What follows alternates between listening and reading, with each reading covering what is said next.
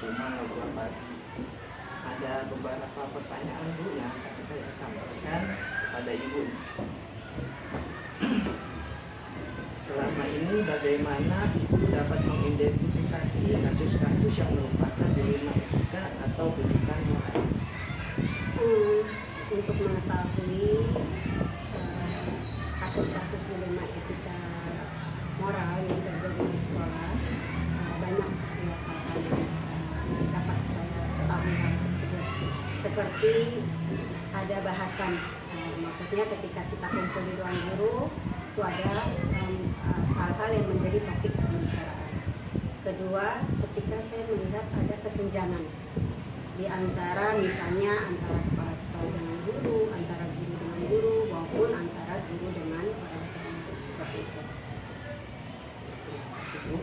Selanjutnya, selama ini bagaimana Ibu menjalankan pengambilan keputusan di sekolah Ibu, terutama untuk kasus-kasus di mana ada dua kepentingan yang sama-sama benar atau sama-sama mengandung nilai kebajikan? Untuk pengambilan keputusan, saya harus mengidentifikasi kasus-kasus atau dilema etika yang terjadi di sekolah saya. Setelah itu, saya akan melihat siapa saja yang terlibat di dalam dilema etika tersebut. Nah, baru saya mencari solusi, ya, solusi apa yang akan saya lakukan untuk menyelesaikan dilema etika yang terjadi di satuan pendidikan saya, seperti itu. Dan saya juga perlu ada masukan, dan makanya kalau saya di sekolah saya itu punya prinsip adanya keterbukaan dan kita musyawarah. Saya tidak memutuskan satu kebijakan tanpa harus ada diskusi dulu atau musyawarah dengan guru atau karyawan, seperti itu. Berikutnya, langkah-langkah atau prosedur seperti apa yang biasa Ibu lakukan selama ini? Sama seperti tadi yang saya sudah bilang ya, bahwa saya mengidentifikasi dulu masalah dilema etika yang terjadi. Setelah itu, siapa sih yang terlibat di dalam dilema etika tersebut? Saya coba mencari solusi apa yang akan saya ambil, mengambil keputusan. Nah, setelah itu saya juga minta pendapat dari guru maupun karyawan di sekolah kita. Nah, setelah saya mendapat banyak masukan, solusi, baru kita bisa mengambil suatu keputusan. Selanjutnya, hal-hal apa saja yang selama ini Ibu anggap efektif dalam pengambilan keputusan pada kasus-kasus dilema etika? Hal-hal yang dianggap efektif, kita harus, yang pertama ya, yang dianggap efektif itu harus tahu permasalahan. Kedua, jangan menunda-nunda. Maksudnya nanti aja dalam hal penyelesaian kasus tersebut. Nah, sehingga kasus tersebut tidak seperti itu. Pertanyaan saya selanjutnya, Bu, hal-hal apa saja yang selama ini merupakan tantangan dalam pengambilan keputusan pada kasus-kasus dilema etika? Tantangannya, saya sebagai seorang pemimpin, ketika mau mengambil suatu keputusan, itu banyak yang kita pertimbangkan. Banyak setelah kita tadi langkah-langkah sudah kita lakukan.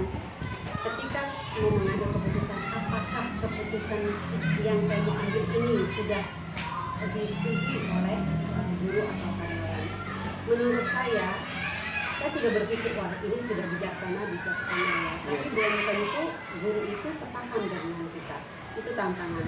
Bagaimana makanya kita bisa tantangan yang kita hadapi ini bisa terrealisasi, maksudnya bisa dapat menyelesaikan masalah ketika kita bisa bermusyawarah dengan keluarga besar dari sekolah kita. Selanjutnya lagi, pertanyaan dari saya, apakah Ibu memiliki sebuah tata kelola atau jadwal tertentu dalam sebuah penyelesaian kasus dilema etika. Apakah ibu langsung menyelesaikan di tempat atau memiliki sebuah jadwal untuk menyelesaikannya? Bentuk atau prosedur seperti apa yang akan ibu jalankan? Kalau jadwal tertentu tidak. Yang jelas setelah langkah-langkah ya, setelah mengidentifikasi, setelah tahu siapa akornya, terus kita tahu solusi terbaiknya, setelah kita banyak musyawarah, nah barulah kita langsung istilahnya membuat jadwal untuk menyelesaikan dilema itu. Jadi dilema itu mohon maaf ya, oh bulan ini saya harus tidak. Jadi sesuai dengan kasus yang terjadi di satuan pendidikan kita. Terus, adakah seseorang atau faktor-faktor apa yang selama ini mempermudah atau membantu ibu dalam pengambilan keputusan dalam kasus-kasus dilema etika? Yang mempermudah adalah sebagai seorang pimpinan tidak mengambil keputusan satu pihak. Jadi banyak kita meminta pertimbangan yang tadi saya bilang kita musyawarah mufakat supaya dilema yang terjadi di sekolah kita, dilema etika yang terjadi di sekolah kita bisa terselesaikan. Ini pertanyaan terakhir dari saya. Dari semua hal yang telah disampaikan, pembelajaran apa yang dapat ibu petik dan pengalaman apa yang ibu dapat mengambil keputusan dilema etika? Yang dapat saya ambil pengalaman atau pelajaran dari mengambil keputusan adalah satu, menyampingkan egoisme. Seorang pimpinan itu harus bijaksana. Ketika kita mengambil keputusan tidak bisa langsung dekat langsung seperti itu. Walaupun ada beberapa dilema etika yang memang harus kita selesaikan dalam hal beberapa detik. Tapi sebelumnya seorang pimpinan itu harus berpikir apakah pengambilan keputusan yang kita sudah tetapkan benar-benar bijaksana atau belum seperti itu. Baik ibu, terima kasih banyak atas wawancara pada hari ini. Saya akhiri wawancara hari ini. Terima kasih banyak ibu. Sama-sama. Semoga jawaban saya berkenan. Amin. Ya, Bu. Saya tunggu dulu Bu. Assalamualaikum warahmatullahi wabarakatuh. Waalaikumsalam warahmatullahi wabarakatuh. Terima kasih Pak Beki atas kesediaannya pada hari ini memenuhi undangan saya yang sudah mendadak ini. Yang pertama-tama ini akan saya tanyakan kepada Pak Beki adalah selama ini bagaimana Pak Beki dapat mengidentifikasi kasus-kasus yang merupakan dilema etika atau bujukan moral? Ya, jadi di manapun ya, di lingkungan manapun termasuk di sekolah, ketika ada interaksi antara sesama, apalagi di sekolah selaku pimpinan sekolah, ini ada interaksi sesama guru dan lain-lain, ini kadang muncul hal-hal yang sifatnya dilema etika dan bujukan moral yang harus diambil langkah atau mengambil keputusan. Ketika ada hal-hal yang sifatnya jelas benar salahnya, itu berarti kategori bujukan moral. Tapi kadang ada hal yang dua-duanya ini butuh perenungan karena dua-duanya positif, tapi harus diambil langkah. Inilah yang kadang-kadang menjadi dilema, makanya disebut dilema etika. Terima kasih Pak. Pertanyaan selanjutnya adalah selama ini bagaimana Bapak menjalankan pengambilan keputusan di sekolah Bapak, terutama untuk kasus-kasus di mana ada dua kepentingan yang sama-sama benar atau sama-sama mengandung nilai kebajikan? Nah, itu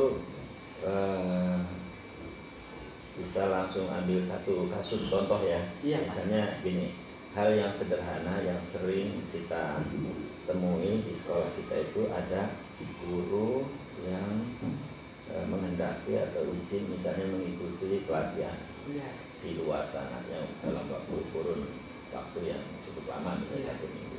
Sementara di hari itu juga kita butuh guru ini untuk aktif pembelajaran di kelas. Iya. Nah, 2 hal ini kan untuk anak-anak juga penting, untuk peningkatan kompetensi guru itu penting. Iya. Nah, 2 hal ini kita harus pertimbangkan. Ketika kepesertaannya ini tidak terlalu banyak guru yang keluar, maka pertimbangan utamanya adalah kita mengizinkan, dalam arti mungkin guru ini tidak aktif sementara di kelas, Iya. tapi pada prinsipnya adalah kita berhenti, tapi sebenarnya untuk melompat lebih jauh. Artinya guru itu nanti dapat ilmu, dapat pembekalan, pengetahuan yang nantinya justru di kelasnya justru akan lebih baik. Ya, bagus Pak. Nah, berikutnya Pak, langkah-langkah atau prosedur seperti apa yang biasa Bapak lakukan selama ini? Nah, ketika kita menemukan hal-hal seperti itu, pasti kita menjaring ya masukan, pendapat dari yang bersangkutan lebih dulu. Kira-kira yang bersangkutan ini menilai hal positif mana yang mau diambil. Nah, kadang kita sebagai pihak tahu-tahu menyimpulkan aja, padahal bisa jadi ada alasan khusus yang justru lebih baik muncul dari orang yang butuh keputusan ini. Nah, jadi utamanya tadi mendapatkan masukan lebih dulu, kira-kira hal positif apa yang akan diambil langkah.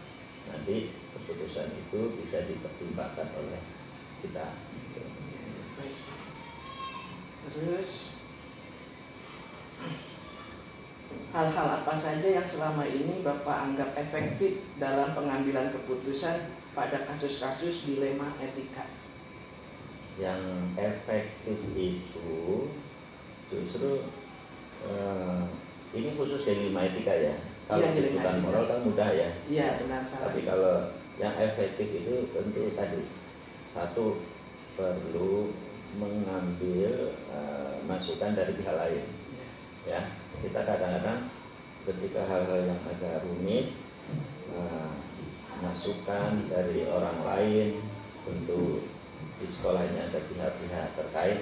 Nah, ini penting untuk mengambil keputusan yang tepat. Terima kasih Pak. Ini ya, Ya. nomor 5 nih. Hmm. Hal-hal apa saja yang selama ini merupakan tantangan dalam pengambilan keputusan pada kasus-kasus dilema etika?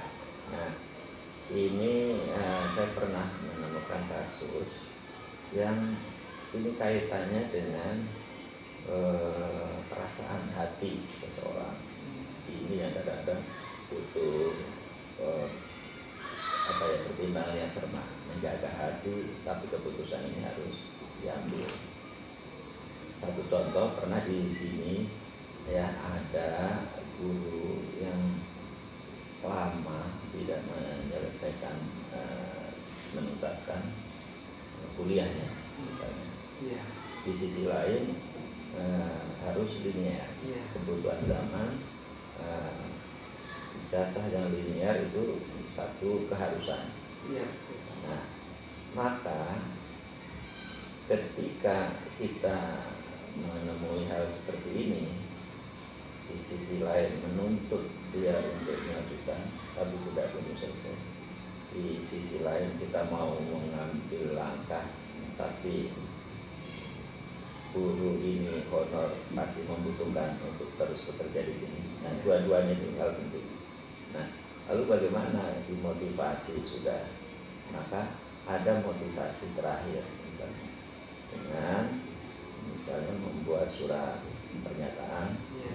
siap melanjutkan atau menuntaskan pendidikan, tapi jika itu tidak dilakukan maka mau tidak mau harus resign. Nah, itu tentu pilihan yang sulit, tapi itu harus dilakukan ya. Ini semua demi kebaikan sekolah dan juga kebaikan yang bersangkutan. Iya, betul. Nah, itu misalnya seperti itu. Iya. Terima kasih Pak. pertanyaan selanjutnya, apakah Bapak memiliki sebuah jadwal tertentu dalam sebuah penyelesaian kasus dilema etika? Apakah Bapak langsung menyelesaikan di tempat atau memiliki sebuah jadwal untuk menyelesaikannya? Bentuk atau prosedur seperti apa yang Bapak jalankan?